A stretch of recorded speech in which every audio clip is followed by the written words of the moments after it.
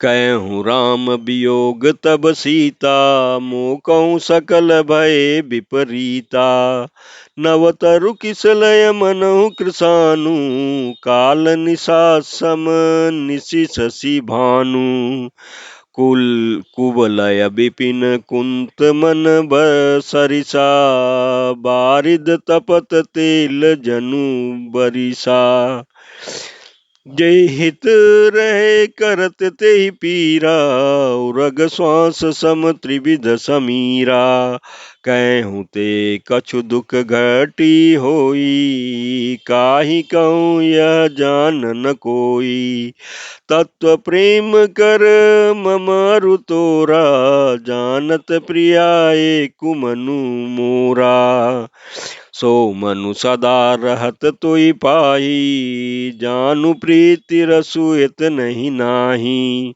प्रभु संदेशु सुनत बैदेही, मगन प्रेम तन सुधि नहीं तेही। कह कपि हृदय धीर धरु माता, सुमिरि राम सेवक सुख दाता। उर आनौ रघुपति प्रभुताई, सुनि मम बचन तजहु कदराई। निशिचर निकर पतंग समो, रघुपति बान कृसानु। जननी हृदय धरि धीर धरु, जरे निशाचरु जानि प्रमात। सियावर रामचंद्र शंकर जी भजो। सुंदरकांड दोहा 15। इस चौपाई के प्रसंग में तुलसीदास जी कहते हैं कि हनुमान जी बोले, श्री रामचंद्र जी ने कहा है कि हे सीते, तुम्हारे वियोग से तुम्हारे वियोग के लिए सभी पदार्थ प्रतिकूल हो गए। वृक्षों के नए नए कोमल पत्ते मानो अग्नि के समान, रात्रि काल रात्रि के समान, चंद्रमा सूर्य के समान और कमलों के वन भालों के वन के समान हो गए हैं। मेघ मानो खौलता हुआ तेल बरसाते हैं। जो हित करने वाले थे वे ही अब पीड़ा देने लगे हैं। त्रिविध शीतल मंद और सुगंध वायु सांप के श्वास के समान जहरीली और गर्म हो गई है।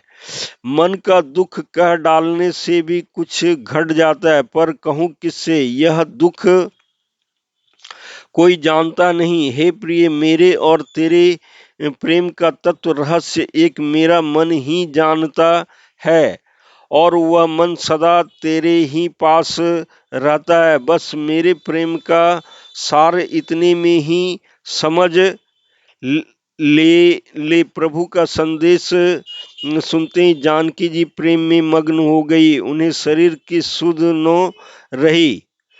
हनुमान जी ने कहा, हे माता, हृदय में धैर्य धारण करो और सेवकों को सुख देने वाले श्री रामचंद्र जी का स्मरण करो। श्री रघुनाथ जी की प्रभुता को हृदय में लाओ और मेरे वचन सुनकर कायरता छोड़ दो। राक्षसों के समूह पतंगों के समान और श्री रघुनाथ जी की बाण अग्नि के समान है।